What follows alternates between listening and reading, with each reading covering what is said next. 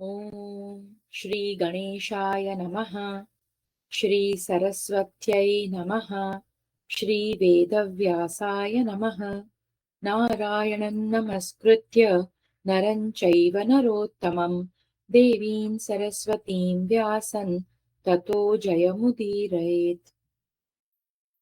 अष्टमोऽध्यायः द्रोणाचार्य के पराक्रम और वध का संक्षिप्त समाचार। संजय उवाच। संजय कहते हैं, महाराज, द्रोणाचार्य को इस प्रकार घोड़े, सारथी, रथ और हाथियों का संहार करते देखकर भी व्यथित हुए पांडव सैनिक उन्हें रोक न सके। तब राजा युधिष्ठिर ने धृष्टद्युम्न और अर्जुन से कहा, वीरों, मेरे सैनिकों को सब ओर से प्रयत्नशील होकर द्रोणाचार्य को रोकना चाहिए। यह सुनकर वहां अर्जुन और सेवकों सहित धृष्टद्युम्न ने द्रोणाचार्य को रोका। फिर तो सभी महारथी उन पर टूट पड़े। राजन, केकय राजकुमार भीमसेन, अभिमन्यु, घटोत्कच, युधिष्ठिर, नकुल सहदेव, मत्स्य देशीय सैनिक, द्रुपद के सभी पुत्र, हर्ष और उत्साह में भरे हुए द्रौपदी के पांचों पुत्र, धृष्टकेतु, सात्यकी, कुपित चेकितान और महारथी युयुत्सु, ये तथा और भी जो भूमिपाल पांडुपुत्र युधिष्ठिर के अनुयायी थे, वे सब अपने कुल और पराक्रम के अनुकूल अनेक प्रकार से वीरोचित कार्य करने लगे। उस रण क्षेत्र में पांडवों द्वारा सुरक्षित हुई उनकी सेना की ओर द्रोणाचार्य ने क्रोध पूर्वक आंखें फाड़ फाड़ कर देखा। जैसे वायु बादलों को छिन्न भिन्न कर देती है, उसी प्रकार रथ पर बैठे हुए रण दुर्जय वीर द्रोणाचार्य प्रचंड कोप धारण करके पांडव सेना का संहार करने लगे। वे बूढ़े होकर भी जवान के समान फुर्तीले थे। द्रोणाचार्य उन्मत्त की भांति युद्ध स्थल में इधर उधर चारों ओर विचरते और रथों, घोड़ों, पैदल मनुष्यों तथा हाथियों पर धावा करते थे। उनके घोड़े स्वभावतः लाल रंग के थे। उस पर भी उनके सारे अंग खून से लथपथ होने के कारण वे और भी लाल दिखाई देते थे। उनका वेग वायु के समान तीव्र था। राजन, उन घोड़ों की नस्ल अच्छी थी और वे बिना विश्राम किए निरंतर दौड़ लगाते रहते थे।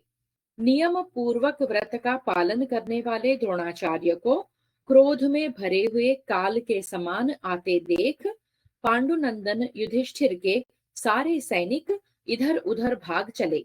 वे कभी भागते, कभी पुनः लौटते और कभी चुपचाप खड़े होकर युद्ध देखते थे। इस प्रकार की हलचल में पड़े हुए उन योद्धाओं का अत्यंत दारुण भयंकर कोलाहल चारों ओर गूंज उठा। वह कोलाहल शूरवीरों का हर्ष और कायरों का भय बढ़ाने वाला था। वह आकाश और पृथ्वी के बीच में सब ओर व्याप्त हो गया। तब द्रोणाचार्य ने पुनः रणभूमि में अपना नाम सुना सुनाकर शत्रुओं पर सैकड़ों बाणों की वर्षा करते हुए अपने भयंकर स्वरूप को प्रकट किया। आर्य बलवान द्रोणाचार्य वृद्ध होकर भी तरुण के समान फुर्ती दिखाते हुए पांडुपुत्र युधिष्ठिर की सेनाओं में काल के समान विचरने लगे। वे योद्धाओं के मस्तकों और आभूषणों से भूषित भयंकर भुजाओं को भी काटकर रथ की बैठकों को सूनी कर देते और महारथियों की ओर देख देख कर दहाड़ते थे।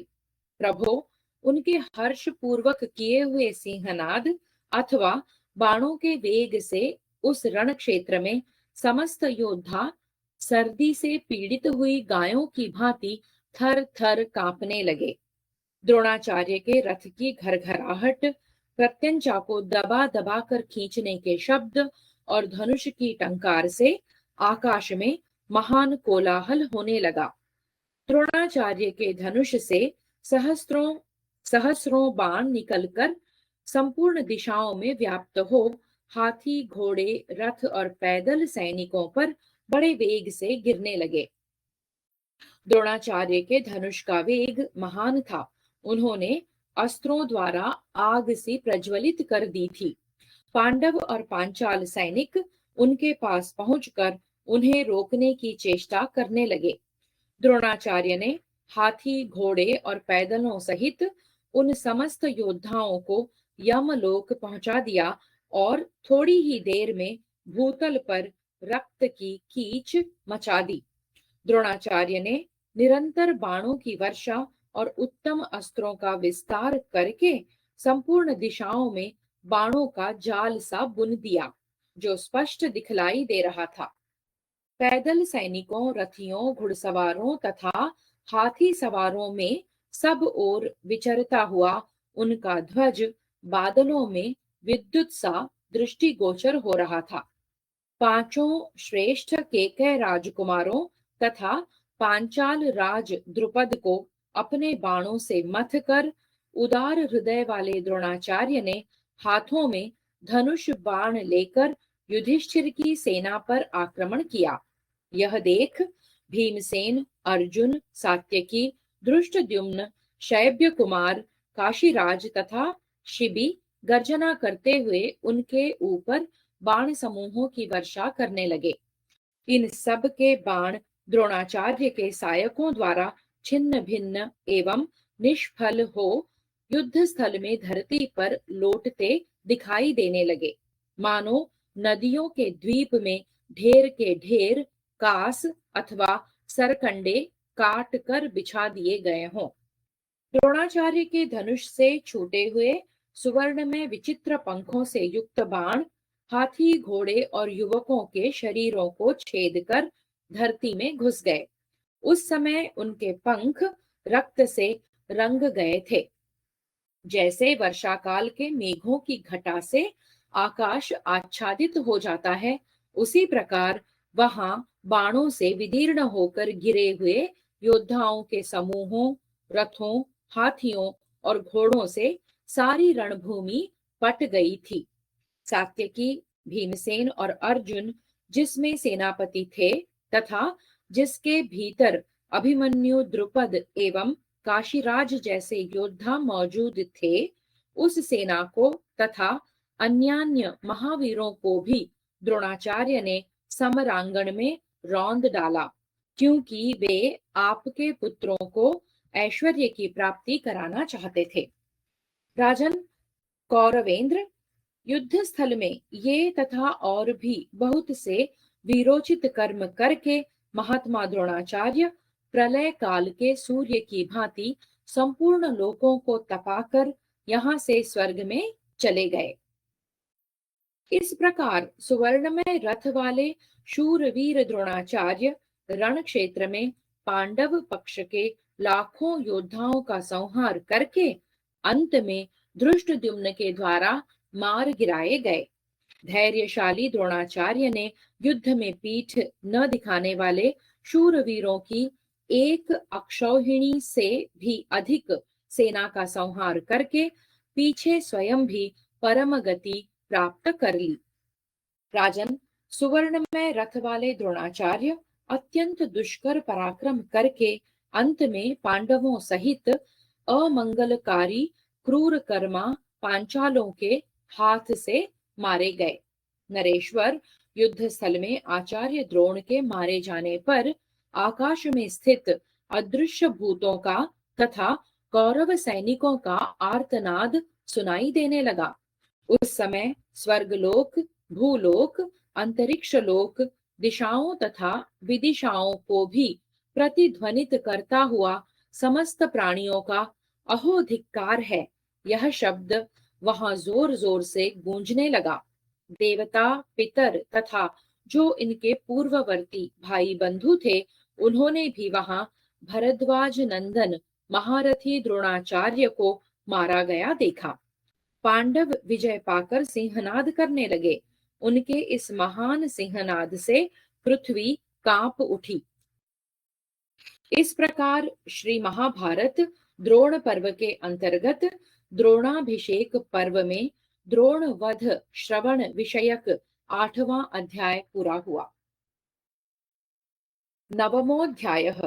द्रोणाचार्य की मृत्यु का समाचार सुनकर धृतराष्ट्र का शोक करना। धृतराष्ट्र उवाच। धृतराष्ट्र बोले, संजय, रण क्षेत्र में द्रोणाचार्य क्या कर रहे थे कि पांडव तथा सृंजय उन पर चोट कर सके? वे तो संपूर्ण शस्त्रधारियों में श्रेष्ठ और अस्त्र विद्या में निपुण थे। उनका रथ टूट गया था या बाणों का प्रहार करते समय धनुष ही खंडित हो गया था, अथवा द्रोणाचार्य असावधान थे जिससे उनकी मृत्यु हो गई। तात, द्रोणाचार्य तो शत्रुओं के लिए सर्वथा दुर्जय थे। वे सुवर्ण में पंख वाले बाण समूहों की बारंबार वर्षा करते थे। उनके हाथों में फुर्ती थी। वे विचित्र रीति से युद्ध करने वाले और विद्वान थे। दूर तक बाण मारने वाले और अस्त्र युद्ध में पारंगत थे। फिर उन जितेंद्रिय दिव्यास्त्रधारी और अपनी मर्यादा से कभी च्युत न होने वाले द्विज श्रेष्ठ द्रोणाचार्य को पांचाल राजकुमार धृष्टद्युम्न ने कैसे मार दिया? वे तो रण क्षेत्र में कठोर कर्म करने वाले, विजय के लिए प्रयत्नशील और महारथी वीर थे। निश्चय ही पुरुषार्थ की अपेक्षा दैव ही प्रबल है, ऐसा मेरा विश्वास है। क्योंकि द्रोणाचार्य जैसे शूर वीर महामना धृष्टद्युम्न के हाथ से मारे गए। जिन वीर सेनापति में 4 प्रकार के अस्त्र प्रतिष्ठित थे, उन धनुर्धरों के आचार्य द्रोण को तुम मुझे मारा गया बता रहे हो? व्याघ्र चर्म से आच्छादित सुवर्ण में रथ पर आरूढ़ हो, सुनहरा शिरस्त्राण यानी कि टोप या पगड़ी धारण करने वाले द्रोणाचार्य को मारा गया सुनकर आज मैं अपने शोक को किसी प्रकार दूर नहीं कर पाता हूँ। संजय, निश्चय ही कोई भी दूसरे के दुख से नहीं मरता है, तभी तो मैं मंदबुद्धि मनुष्य द्रोणाचार्य को मारा गया सुनकर भी जी रहा हूँ। मैं तो दैव को ही श्रेष्ठ मानता हूँ। पुरुषार्थ तो अनर्थ का ही कारण है। निश्चय ही मेरा यह अत्यंत सुदृढ़ हृदय लोहे का बना हुआ है, जिससे द्रोणाचार्य को मारा गया सुनकर भी इसके 100 टुकड़े नहीं हो जाते। गुणार्थी ब्राह्मण तथा राजकुमार, ब्राह्म और दैव अस्त्रों के लिए जिनकी उपासना करते थे, उन्हें मृत्यु कैसे हर ले गई? द्रोण का रणभूमि में गिराया जाना समुद्र के सूखने, मेरु पर्वत के चलने फिरने और सूर्य के आकाश से टूटकर गिरने के समान है। मैं इसे किसी प्रकार सहन नहीं कर पाता। शत्रुओं को संताप देने वाले द्रोणाचार्य, दुष्टों को दंड देने वाले और धार्मिकों के रक्षक थे। उन्होंने मुझ कृपण के लिए अपने प्राण तक दे दिए। मूर्ख पुत्रों को, जिनके ही पराक्रम के भरोसे विजय की आशा बनी हुई थी तथा जो बुद्धि में बृहस्पति और शुक्राचार्य के समान थे, वे द्रोणाचार्य कैसे मारे गए?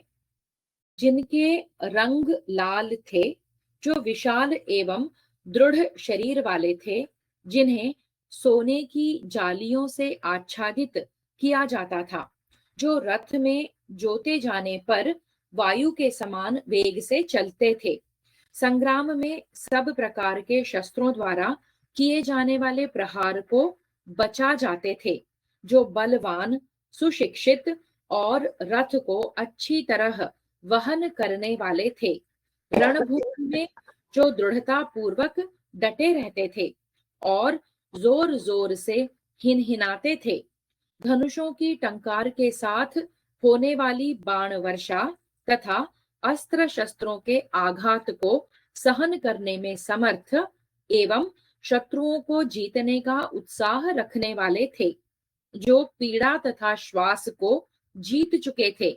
वे सिंधु देशीय घोड़े युद्ध स्थल में चिंघाड़ते हुए हाथियों और शंखों एवं नगाड़ों की आवाज से घबराए तो नहीं थे? क्या द्रोणाचार्य के रथ को वहन करने वाले वे शीघ्रगामी अश्व पराजित हो गए थे? तात द्रोणाचार्य के सुवर्णमय रथ में जुते हुए और उन्हीं नरवीर आचार्य की सवारी में काम आने वाले वे घोड़े पांडव सेना को पार कैसे नहीं कर सके? उस सुवर्ण भूषित उत्तम रथ पर आरूढ़ हो सत्य पराक्रमी द्रोणाचार्य ने युद्ध स्थल में क्या किया? समस्त जगत के धनुर्धर जिनकी विद्या का आश्रय लेकर जीवन निर्वाह करते हैं, उन सत्य पराक्रमी बलवान द्रोणाचार्य ने युद्ध में क्या किया? स्वर्ग में देवराज इंद्र के समान जो इस लोक में श्रेष्ठ और समस्त धनुर्धरों में महान थे, उन भयंकर कर्म करने वाले द्रोणाचार्य का सामना करने के लिए उस रण क्षेत्र में कौन कौन से रथी गए थे? उस समरांगण में दिव्य अस्त्रों का प्रयोग करने वाले तथा सुवर्णमय रथ पर आरूढ़ हुए महाबली द्रोणाचार्य को देख कर तो समस्त पांडव योद्धा भाग खड़े होते थे। भाइयों सहित धर्मराज युधिष्ठिर ने अपनी सारी सेना के साथ जाकर धृष्टद्युम्न रूपी डोरी की सहायता से द्रोणाचार्य को घेर तो नहीं लिया था? निश्चय ही अर्जुन ने अपने सीधे जाने वाले बाणों के द्वारा अन्य रथियों को आगे बढ़ने से रोक दिया था। इसीलिए पाप कर्मा धृष्टद्युम्न द्रोणाचार्य पर चढ़ाई कर सका। किरीटधारी अर्जुन के द्वारा सुरक्षित भयंकर स्वभाव वाले धृष्टद्युम्न को छोड़कर दूसरे किसी को मैं ऐसा नहीं देखता जो अत्यंत तेजस्वी द्रोणाचार्य के वध में समर्थ हो। केकय, चेदी, कारुष, मत्स्य देशीय सैनिकों तथा अन्य भूमिपालों ने आचार्य को उसी प्रकार व्याकुल कर दिया होगा जैसे बहुत सी चींटियां सर्प को विह्वल कर देती हैं। उसी अवस्था में उन पांडव सैनिकों द्वारा सब ओर से घिरे हुए नीच धृष्टद्युम्न ने दुष्कर कर्म में लगे हुए द्रोणाचार्य को मार डाला होगा। यही बात मेरे मन में आती है। जो छहों अंगों तथा पंचम वेद स्थानीय इतिहास पुराणों सहित चारों वेदों का अध्ययन करके ब्राह्मणों के लिए उसी प्रकार आश्रय बने हुए थे जैसे नदियों के लिए समुद्र हैं, जो शत्रुओं को संताप देने वाले तथा ब्राह्मण एवं क्षत्रिय दोनों के धर्मों का अनुष्ठान करने वाले थे, वे वृद्ध ब्राह्मण द्रोणाचार्य शस्त्र द्वारा कैसे मारे गए? मैंने अमर्ष में भरकर सदा कष्ट भोगने के अयोग्य कुंती कुमारों को क्लेश ही दिया है, परंतु मेरे इस बर्ताव को द्रोणाचार्य ने चुपचाप सह लिया था। उनके उसी कर्म का यह वध रूपी फल प्राप्त हुआ है।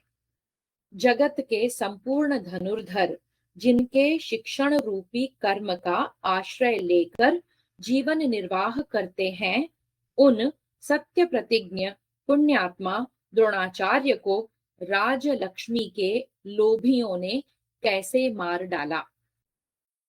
स्वर्ग लोक में इंद्र के समान जो इस लोक में सबसे श्रेष्ठ थे, उन महान सत्वशाली महाबली द्रोणाचार्य को कुंती के पुत्रों ने उसी प्रकार मार डाला जैसे छोटे मत्स्यों ने मिलकर तिमी नामक महामत्स्य को मार डाला हो। यह कैसे संभव हुआ? जो शीघ्रता पूर्वक हाथ चलाने वाले बलवान दृढ़ धनवा और शत्रुओं का मर्दन करने वाले थे, कोई भी विजयाभिलाषी वीर जिनके बाणों का लक्ष्य बन जाने पर जीवित नहीं रह सकता था, जिन्हें जीते जी दो शब्दों ने कभी नहीं छोड़ा था। एक तो वेदाध्ययन की इच्छा वाले लोगों के समक्ष वेद ध्वनि का शब्द और दूसरा धनुर्धारियों के बीच में प्रत्यंचा की टंकार का शब्द। सिंह और हाथी के समान पराक्रमी, उदार, लज्जाशील और किसी से पराजित न होने वाले पुरुष सिंह द्रोण का वध मैं नहीं सहन कर सकता। संजय, जिनके यश और बल का तिरस्कार होना असंभव था, उन दुर्धर्ष वीर द्रोणाचार्य को समर भूमि में संपूर्ण नरेशों के देखते देखते धृष्टद्युम्न ने कैसे मार डाला। कौन कौन से वीर उस समय निकट से द्रोणाचार्य की रक्षा करते हुए उनके आगे रहकर युद्ध करते थे, और कौन कौन योद्धा दुर्गम मार्ग पर पैर बढ़ाते हुए उनके पीछे रहकर रक्षा करते थे। कौन वीर उन महात्मा के दाहिने पहिए की और कौन बाएं पहिए की रक्षा करते थे। कौन उस युद्ध स्थल में युद्ध परायण वीरवर द्रोणाचार्य के आगे थे, और किन लोगों ने अपने शरीर का मोह छोड़कर विपक्षियों का सामना करते हुए उस रण क्षेत्र में मृत्यु का वरण किया था। किन वीरों ने युद्ध में द्रोणाचार्य को उत्तम धैर्य प्रदान किया। उनकी रक्षा करने वाले मूर्ख क्षत्रियों ने भयभीत होकर युद्ध स्थल में उन्हें अकेला तो नहीं छोड़ दिया, और इस प्रकार शत्रुओं ने सूने में तो उन्हें नहीं मार डाला।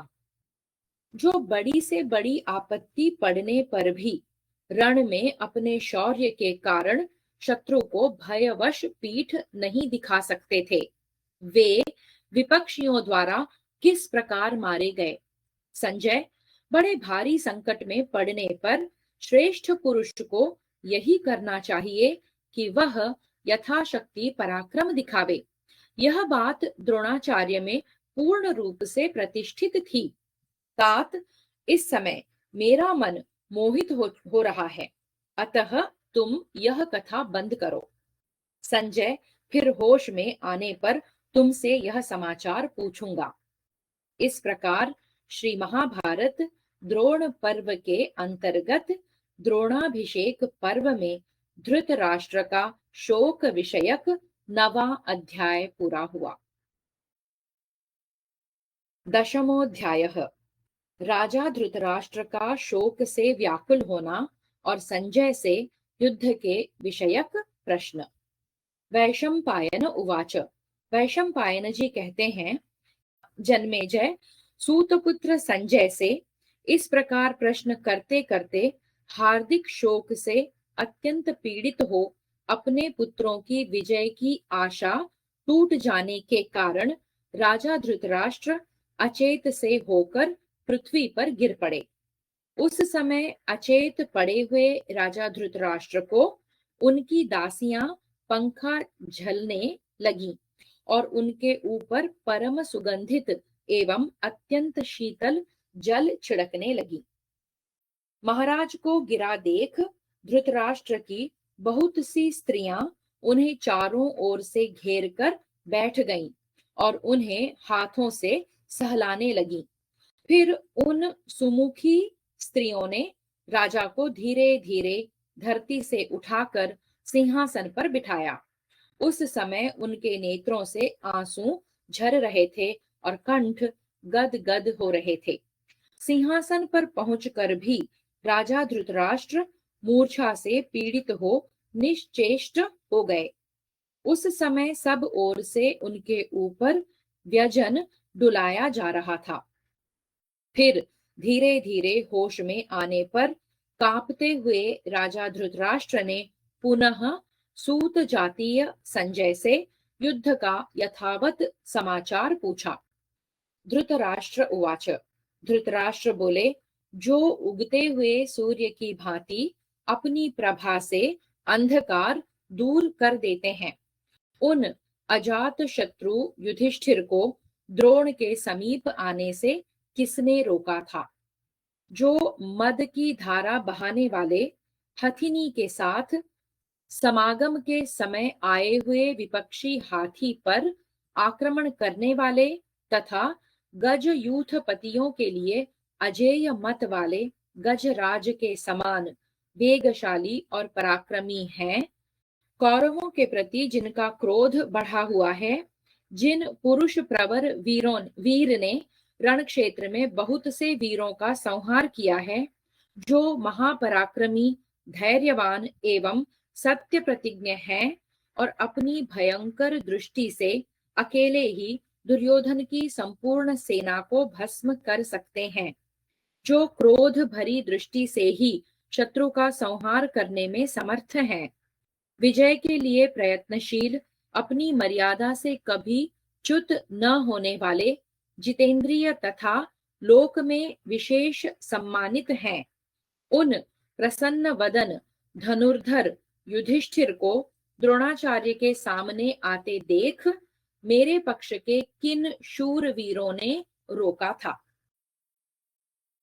जो धर्म से कभी विचलित नहीं होते हैं, उन महाधनुर्धर दुर्धर्ष वीर पुरुष सिंह कुंती कुमार राजा युधिष्ठिर पर मेरे किन योद्धाओं ने आक्रमण किया था, जिन्होंने वेग से ही पहुंचकर द्रोणाचार्य पर आक्रमण किया था, जो शत्रु के समक्ष महान पराक्रम प्रकट करते हैं, जो महाबली, महाकाय और महान उत्साही हैं, तथा जिनमें 10,000 हाथियों के समान बल है, उन भीमसेन को आते देख किन वीरों ने रोका था।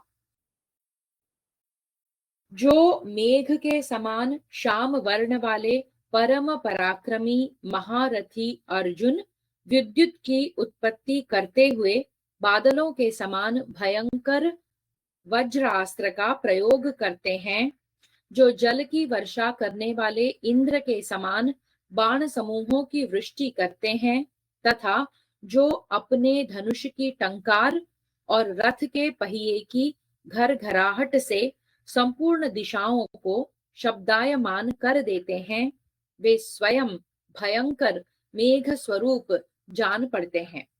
धनुष ही उनके समीप विद्युत प्रभा के समान प्रकाशित होता है। रथियों की सेना उनकी फैली हुई घटाएं जान पड़ती हैं। रथ के पहियों की घरघराहट मेघ गर्जना के समान प्रतीत होती है। उनके बाणों की सनसनाहट वर्षा के शब्द की भांति अत्यंत मनोहर लगती है। क्रोध रूपी वायु उन्हें आगे बढ़ने की प्रेरणा देती है। वे मनोरथ की भांति शीघ्रगामी और विपक्षियों के मर्म स्थलों को विदीर्ण कर डालने वाले हैं।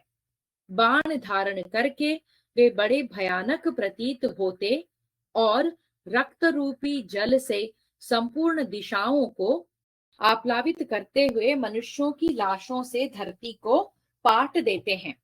जिस समय भयंकर गर्जना करने वाले रौद्र रूपधारी बुद्धिमान अर्जुन ने युद्ध में गांडीव धारण करके सान पर चढ़ाकर तेज किए हुए गृध्र पंख युक्त बाणों द्वारा दुर्योधन आदि मेरे पुत्रों और सैनिकों को घायल करना आरंभ किया, उस समय तुम लोगों के मन की कैसी अवस्था हुई थी। वानर के चिन्ह से युक्त श्रेष्ठ ध्वजा वाले अर्जुन जब आकाश को अपने बाणों से ठसाठस भरते हुए तुम लोगों पर चढ़ आए थे, उस समय उन्हें देखकर तुम्हारे मन की कैसी दशा हुई थी। जिस समय अर्जुन ने अत्यंत भयंकर सिंहनाद करते हुए तुम लोगों का पीछा किया था, उस समय गांडीव की टंकार सुनकर हमारी सेना भाग तो नहीं गई थी। उस अवसर पर पार्थ ने अपने बाणों द्वारा तुम्हारे सैनिकों के प्राण तो नहीं ले लिए थे। जैसे वायु वेग पूर्वक चलकर मेघों की घटा को छिन्न भिन्न कर देती है, उसी प्रकार अर्जुन ने वेग से चलाए हुए बाण समूहों द्वारा विपक्षी नरेशों को घायल कर दिया होगा। सेना के प्रमुख भाग में जिनका नाम सुनकर ही सारे सैनिक विदीर्ण हो जाते यानी भाग निकलते हैं, उन्हीं गांडीवधारी अर्जुन का वेग रण क्षेत्र में कौन मनुष्य सह सकता है। जहां सारी सेनाएं कांप उठीं, समस्त वीरों के मन में भय समा गया, वहां किन वीरों ने द्रोणाचार्य का साथ नहीं छोड़ा और कौन कौन से अधम सैनिक भय के मारे मैदान छोड़कर भाग गए। मानवेतर प्राणियों, देवताओं और दैत्यों पर भी विजय पाने वाले वीर अर्जुन को युद्ध में अपने प्रतिकूल पाकर किन वीरों ने वहां अपने शरीरों को निछावर करके मृत्यु को स्वीकार किया। मेरे सैनिक, श्वेत वाहन अर्जुन के वेग और वर्षा काल के मेघ की गंभीर गर्जना की भांति गांडीव धनुष की टंकार ध्वनि को नहीं सह सकेंगे। जिसके सारथी भगवान श्री कृष्ण और योद्धा वीर धनंजय हैं, उस रथ को जीतना मैं देवताओं तथा असुरों के लिए भी असंभव मानता हूँ। सुकुमार, तरुण, शूरवीर, दर्शनीय, सुंदर, मेधावी, युद्ध कुशल, बुद्धिमान और सत्य पराक्रमी पांडुपुत्र नकुल जब युद्ध में जोर जोर से गर्जना करके समस्त सैनिकों को पीड़ित करते हुए द्रोणाचार्य पर चढ़ आए, उस समय किन वीरों ने उन्हें रोका था। विषधर सर्प के समान क्रोध में भरे हुए तथा तेज से दुर्जय सहदेव जब युद्ध में शत्रुओं का संहार करते हुए द्रोणाचार्य के सामने आए, उस समय श्रेष्ठ व्रतधारी अमोघ बाणों वाले लज्जाशील और अपराजित वीर सहदेव को आते देख किन शूर वीरों ने उन्हें रोका था, जिन्होंने सौवीर राज की विशाल सेना को मथ कर उनकी सर्वांग सुंदरी कमनीय कन्या भोजा को अपनी रानी बनाने के लिए हर लिया था। उन पुरुष शिरोमणि सात्यकी में सत्य, धैर्य, शौर्य और विशुद्ध ब्रह्मचर्य आदि सारे सद्गुण सदा विद्यमान रहते हैं।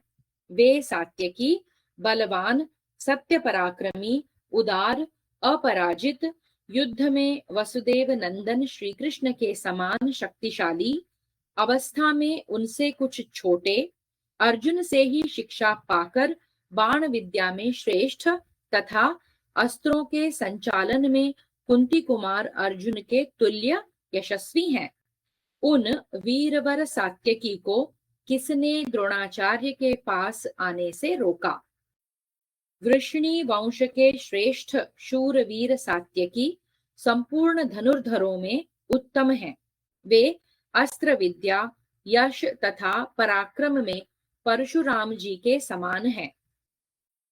जैसे भगवान श्री कृष्ण में तीनों लोक स्थित हैं, उसी प्रकार सात्वत वंशी सात्यकी में सत्य, धैर्य, बुद्धि, शौर्य तथा परम उत्तम ब्रह्मास्त्र विद्यमान है।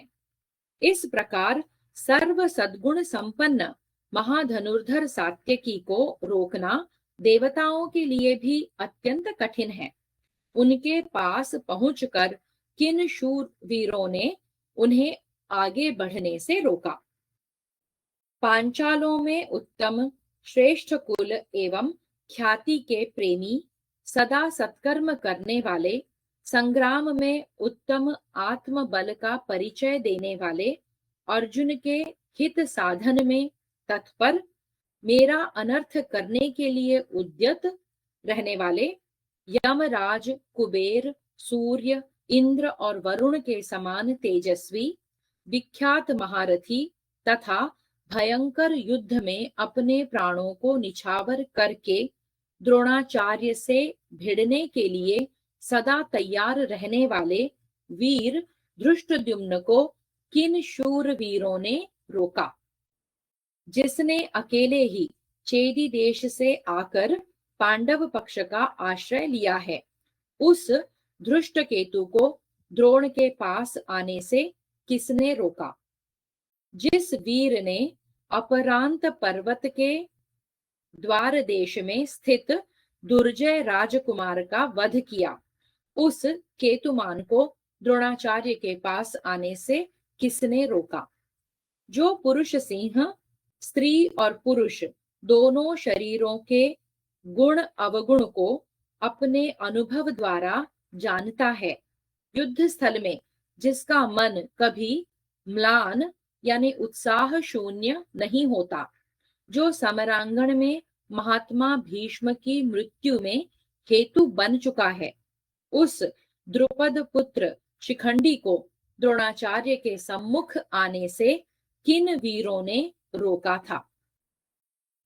जिस वीर में अर्जुन से भी अधिक मात्रा में समस्त गुण मौजूद हैं, जिसमें अस्त्र, सत्य तथा ब्रह्मचर्य सदा प्रतिष्ठित हैं, जो पराक्रम में भगवान श्री कृष्ण, बल में अर्जुन, तेज में सूर्य और बुद्धि में बृहस्पति के समान है, वह महामना अभिमन्यु जब मुंह फैलाए हुए काल के समान द्रोणाचार्य के सम्मुख जा रहा था, उस समय किन शूरवीरों ने उसे रोका था?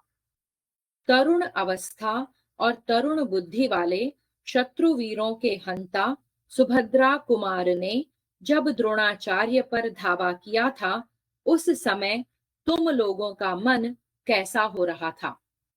पुरुष सिंह द्रौपदी कुमार समुद्र की ओर जाने वाली नदियों की भांति जब द्रोणाचार्य पर धावा कर रहे थे, उस समय युद्ध में किन शूरवीरों ने उन्हें रोका था? इन द्रौपदी कुमारों ने 12 वर्षों तक खेल कूद छोड़कर अस्त्रों की शिक्षा पाने के लिए उत्तम ब्रह्मचर्य व्रत का पालन करते हुए भीष्म के समीप निवास किया था। क्षत्रंजय, क्षत्रदेव तथा दूसरों को मान देने वाले क्षत्रवर्मा ये धृष्टद्युम्न के 3 वीर पुत्र हैं। उन्हें द्रोण के पास आने से किन वीरों ने रोका था? जिन्हें युद्ध के मैदान में वृष्णिवंशियों ने 100 वीरों से भी अधिक माना है, उन महाधनुर्धर चेकितान को द्रोण के पास आने से किसने रोका? वृद्धक्षेम के पुत्र उदार चित्त अनाधृष्टि ने युद्ध स्थल में कलिंग राज की कन्या का अपहरण किया था, उन्हें द्रोण के पास आने से किसने रोका? केकय देश के सत्य पराक्रमी धर्मात्मा 5 वीर राजकुमार लाल रंग के कवच, आयुध और ध्वज धारण करने वाले हैं तथा उनके शरीर की कांति भी इंद्रगोप के समान लाल रंग की ही है। वे पांडवों की मौसी के बेटे हैं। वे जब पांडवों की विजय के लिए द्रोणाचार्य को मारने के लिए उन पर चढ़ आए, उस समय किन वीरों ने उन्हें रोका था?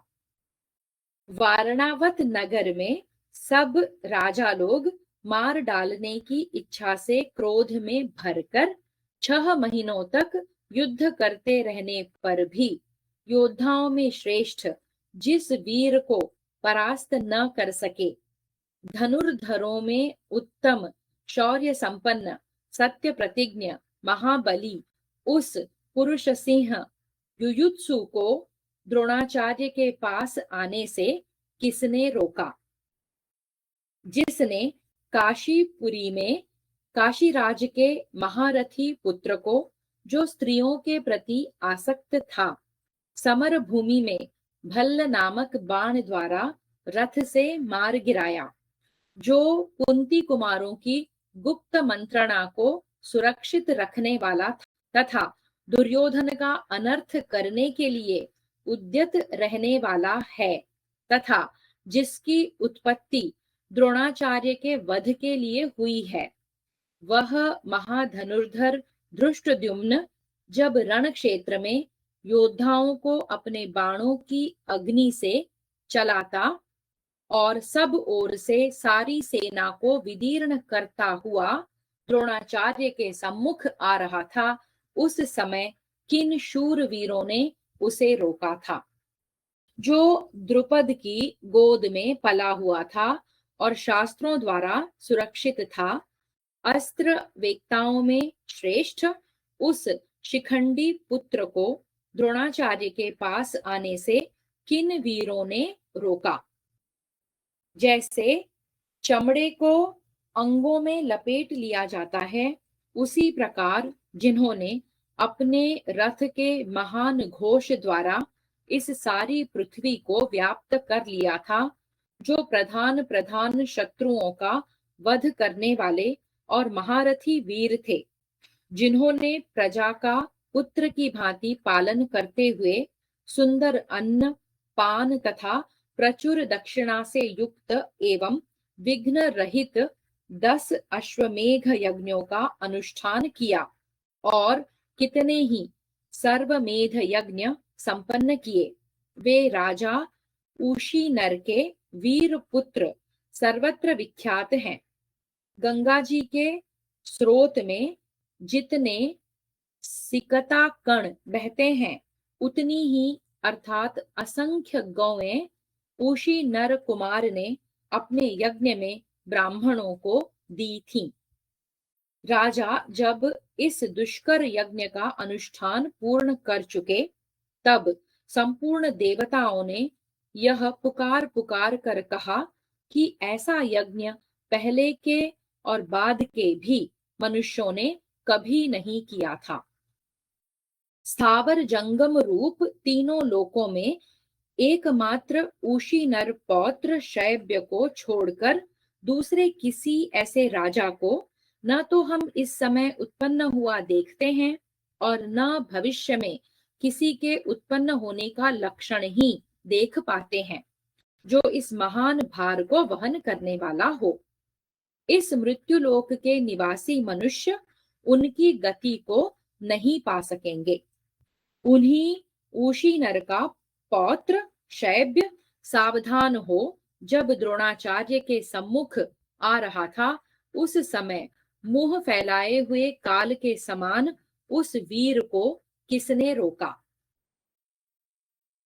शत्रुघाती मत्स्यराज विराट की रथ सेना को, जो द्रोणाचार्य को नष्ट करने की इच्छा से खोजती हुई आ रही थी, किन वीरों ने रोका था? जो भीमसेन से तत्काल प्रकट हुआ तथा जिससे मुझे महान भय बना रहता है, वह महान बल और पराक्रम से संपन्न मायावी राक्षस वीर घटोत्कच कुंती कुमारों की विजय चाहता है और मेरे पुत्रों के लिए कंटक बना हुआ है। उस महाकाय घटोत्कच को द्रोणाचार्य के पास आने से किसने रोका? संजय, ये तथा और भी बहुत से वीर जिनके लिए युद्ध में प्राण त्याग करने को तैयार हैं, उनके लिए कौन सी ऐसी वस्तु होगी जो जीती न जा सके? शारंग धनुष धारण करने वाले पुरुष सिंह भगवान श्री कृष्ण, जिनके आश्रय तथा हित चाहने वाले हैं, उन कुंती कुमारों की पराजय कैसे हो सकती है? भगवान श्री कृष्ण संपूर्ण जगत के परम गुरु हैं, समस्त लोकों के सनातन स्वामी हैं, संग्राम भूमि में सबकी रक्षा करने वाले दिव्य स्वरूप सामर्थ्यशाली दिव्य नारायण हैं। मनीषी पुरुष जिनके दिव्य कर्मों का वर्णन करते हैं, मैं उन्हीं भगवान श्री कृष्ण की लीलाओं का अपने मन की स्थिरता के लिए भक्ति पूर्वक वर्णन करूंगा। इस प्रकार श्री महाभारत द्रोण पर्व के अंतर्गत द्रोणाभिषेक पर्व में धृतराष्ट्र वाक्य विषयक 10वां अध्याय पूरा हुआ। एकादशोऽध्यायः। धृतराष्ट्र का भगवान श्री कृष्ण की संक्षिप्त लीलाओं का वर्णन करते हुए श्री कृष्ण और अर्जुन की महिमा बताना। धृतराष्ट्र उवाच। धृतराष्ट्र बोले, संजय, वसुदेव नंदन भगवान श्री कृष्ण के दिव्य कर्मों का वर्णन सुनो। भगवान गोविंद ने जो जो कार्य किए हैं वैसा दूसरा कोई पुरुष कदापि नहीं कर सकता। संजय, बाल्यावस्था में ही, जबकि वे गोपकुल में पल रहे थे, महात्मा श्री कृष्ण ने अपनी भुजाओं के बल और पराक्रम को तीनों लोकों में विख्यात कर दिया। यमुना के तटवर्ती वन में उच्चैःश्रवा के समान बलशाली और वायु के समान वेगवान अश्वराज केशी रहता था। उसे श्री कृष्ण ने मार डाला। इसी प्रकार एक भयंकर कर्म करने वाला दानव वहां बैल का रूप धारण करके रहता था, जो गौओं के लिए मृत्यु के समान प्रकट हुआ था। उसे भी श्री कृष्ण ने बाल्यावस्था में अपने हाथों से ही मार डाला। तत्पश्चात कमल नयन श्री कृष्ण ने प्रलंब, नरकासुर, जंभासुर, पीठ नामक महान असुर और यमराज सदृश मुर का भी संहार किया। इसी प्रकार श्री कृष्ण ने पराक्रम करके ही जरासंध के द्वारा सुरक्षित महातेजस्वी कंस को उसके गणों सहित रणभूमि में मार गिराया। शत्रुहंता श्री कृष्ण ने बलराम जी के साथ जाकर युद्ध में पराक्रम दिखाने वाले बलवान, वेगवान, संपूर्ण अक्षौहिणी सेनाओं के अधिपति भोजराज कंस के मझले भाई शूरसेन देश के राजा सुनामा को समर में सेना सहित दग्ध कर डाला। पत्नी सहित श्री कृष्ण ने परम क्रोधी ब्रह्मर्षि दुर्वासा की आराधना की। अतः उन्होंने प्रसन्न होकर उन्हें बहुत से वर दिए। कमल नयन वीर श्री कृष्ण ने स्वयंवर में गांधार राज की पुत्री को प्राप्त करके समस्त राजाओं को जीतकर उसके साथ विवाह किया। उस समय अच्छी जाति के घोड़ों की भांति श्री कृष्ण के वैवाहिक रथ में जुते हुए वे असहिष्णु राजा लोग कोड़ों की मार से घायल कर दिए गए थे। जनार्दन, श्री कृष्ण ने समस्त अक्षौहिणी सेनाओं के अधिपति महाबाहु जरासंध को उपाय पूर्वक दूसरे योद्धा भीमसेन के द्वारा मरवा दिया। बलवान श्री कृष्ण ने राजाओं की सेना के अधिपति पराक्रमी चेदिराज शिशुपाल को अग्र पूजन के समय विवाद करने के कारण पशु की भांति मार डाला। तत्पश्चात माधव ने आकाश में स्थित रहने वाले सौभ नामक दुर्धर्ष दैत्य नगर को, जो राजा शाल्व द्वारा सुरक्षित था, समुद्र के बीच पराक्रम करके मार गिराया। उन्होंने रण क्षेत्र में अंग, वंग, कलिंग, मगध, काशी, कोसल, वत्स, गर्ग, करुष तथा पौंड्र आदि देशों पर विजय पाई थी। संजय, इसी प्रकार कमल नयन श्री कृष्ण ने अवंती, दक्षिण प्रांत, पर्वतीय देश, दशेरक, काश्मीर और सिख, पिशाच, मुदगल, काम्बोज, वाटधान, चोल, पांड्य, त्रिगर्त, मालव, अत्यंत दुर्जय दरद आदि देशों के योद्धाओं तथा नाना दिशाओं से आए हुए खशों, शकों और अनुयायियों सहित काल यवन को भी जीत लिया। पूर्व काल में श्री कृष्ण ने जल जंतुओं से भरे हुए समुद्र में प्रवेश करके जल के भीतर निवास करने वाले वरुण देवता को युद्ध में परास्त किया। इसी प्रकार ऋषिकेश ने पाताल निवासी पंचजन नामक दैत्य को युद्ध में मारकर दिव्य पांचजन्य शंख प्राप्त किया। खांडव वन में अर्जुन के साथ अग्निदेव को संतुष्ट करके महाबली श्री कृष्ण ने दुर्धर्ष आग्नेय अस्त्र चक्र को प्राप्त किया था। वीर श्री कृष्ण गरुड़ पर आरूढ़ हो अमरावती पुरी में जाकर वहां के निवासियों को भयभीत करके महेंद्र भवन से पारिजात वृक्ष उठा ले आए। उनके पराक्रम को इंद्र अच्छी तरह जानते थे, इसलिए उन्होंने वह सब चुपचाप सह लिया। राजाओं में से किसी को भी मैंने ऐसा नहीं सुना है जिसे श्री कृष्ण ने जीत न लिया हो। संजय, उस दिन मेरी सभा में कमल नयन श्री कृष्ण ने जो महान आश्चर्य प्रकट किया था, उसे इस संसार में उनके सिवा दूसरा कौन कर सकता है। मैंने प्रसन्न होकर भक्ति भाव से भगवान श्री कृष्ण के उस ईश्वरीय रूप का जो दर्शन किया, वह सब मुझे आज भी अच्छी तरह स्मरण है। मैंने उन्हें प्रत्यक्ष की भांति जान लिया था। संजय, बुद्धि और पराक्रम से युक्त भगवान ऋषिकेश के कर्मों का अंत नहीं जाना जा सकता।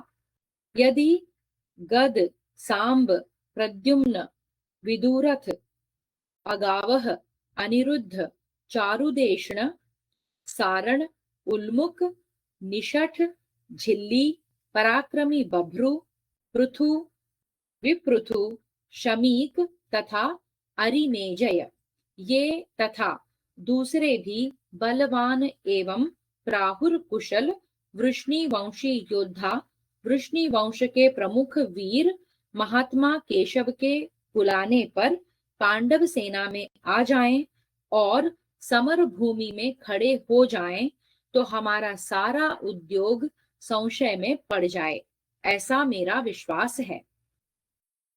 वनमाला और हल धारण करने वाले वीर बलराम कैलाश शिखर के समान गौर वर्ण हैं। उनमें 10,000 हाथियों का बल है। वे भी उसी पक्ष में रहेंगे जहां श्री कृष्ण हैं। संजय, जिन भगवान वासुदेव को द्विजगण सबका पिता बताते हैं, क्या वे पांडवों के लिए स्वयं युद्ध करेंगे? तात संजय, जब पांडवों के लिए श्री कृष्ण कवच बांधकर युद्ध के लिए तैयार हो जाएं, उस समय वहां कोई भी योद्धा उनका सामना करने को तैयार न होगा।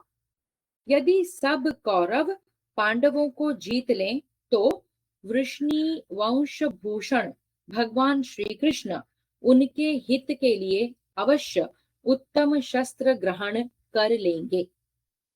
उस दशा में पुरुष सिंह महाबाहु श्री कृष्ण सब राजाओं तथा कौरवों को रणभूमि में मार कर सारी पृथ्वी कुंती को दे देंगे। जिसके सारथी संपूर्ण इंद्रियों के नियंता श्री कृष्ण तथा योद्धा अर्जुन हैं, रणभूमि में उस रथ का सामना करने वाला दूसरा कौन रथ होगा? किसी भी उपाय से कौरवों की जय होती नहीं दिखाई देती, इसलिए तुम मुझसे सब समाचार कहो। वह युद्ध किस प्रकार हुआ? अर्जुन श्री कृष्ण के आत्मा हैं और श्री कृष्ण किरीटधारी अर्जुन के आत्मा हैं। अर्जुन में विजय नित्य विद्यमान है और श्री कृष्ण में कीर्ति का सनातन निवास है। अर्जुन संपूर्ण लोकों में कभी कहीं भी पराजित नहीं हुए हैं। श्री कृष्ण में असंख्य गुण हैं। यहाँ प्रायः प्रधान गुण के नाम लिए गए हैं। दुर्योधन मोहवश सच्चिदानंद स्वरूप भगवान केशव को नहीं जानता है। वह दैव योग से मोहित हो मौत के फंदे में फंस गया है। यह दशार्ह कुलभूषण श्री कृष्ण और पांडुपुत्र अर्जुन को नहीं जानता है। वे दोनों पूर्व देवता महात्मा नर और नारायण हैं। उनकी आत्मा तो एक है, परंतु इस भूतल के मनुष्यों को वे शरीर से दो होकर दिखाई देते हैं। उन्हें मन से भी पराजित नहीं किया जा सकता। वे यशस्वी श्री कृष्ण और अर्जुन यदि इच्छा करें तो मेरी सेना को तत्काल नष्ट कर सकते हैं, परंतु मानव भाव का अनुसरण करने के कारण ये वैसी इच्छा नहीं करते हैं। तात भीष्म तथा महात्मा द्रोण का वध युग के उलट जाने की सी बात है। संपूर्ण लोकों को यह घटना मानो मोह में डालने वाली है। जान पड़ता है कोई भी न तो ब्रह्मचर्य के पालन से, न वेदों के स्वाध्याय से, न कर्मों के अनुष्ठान से और न अस्त्रों के प्रयोग से ही अपने को मृत्यु से बचा सकता है। संजय, लोक सम्मानित अस्त्र विद्या के ज्ञाता तथा युद्ध दुर्मद वीरवर भीष्म और द्रोणाचार्य के मारे जाने का समाचार सुनकर मैं किस लिए जीवित रहूं? पूर्व काल में राजा युधिष्ठिर के पास जिस प्रसिद्ध राजलक्ष्मी को देखकर हम लोग उनसे दाह करने लगे थे, आज भीष्म और द्रोणाचार्य के वध से हम उस कटु फल का अनुभव कर रहे हैं। सूत, मेरे ही कारण यह कौरवों का विनाश प्राप्त हुआ है। जो काल से परिपक्व हो गए हैं उनके वध के लिए तिनके भी वज्र का काम करते हैं।